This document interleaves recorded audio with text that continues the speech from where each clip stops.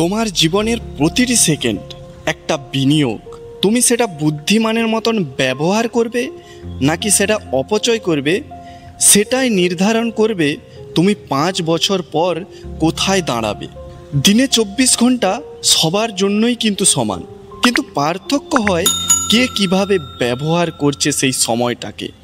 কারো ঘুম, কারো নেটফ্লিক্স, আর কারো ঘাম ঝরানো পরিশ্রম আর স্বপ্নের পিছনে দৌড়। সময় তোমার বন্ধু নয়, সময় তোমার শত্রুও নয়। সময় কেবল চুপচাপ বয়ে চলে আর ঠিক করে দেয় কে জয়ী হবে আর কে হেরে যাবে। তুমি যদি সময়কে নিয়ন্ত্রণ না করো, সময় তোমাকে নিয়ন্ত্রণ করবে। আর যখন সেটা ঘটবে তখন আর ফেরার পথে থাকবে না।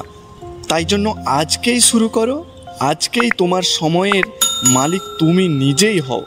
কারণ আগামীকাল তোমার হাতে থাকবে কি থাকবে না সেই গ্যারেন্টি এই দুনিয়াতে কেউ দিতে পারবে না। ঘড়ির কাঁটা থামবে না কোনো দিন। আমার প্রশ্ন শুধু একটাই, তুমি কি থেমে যাবে?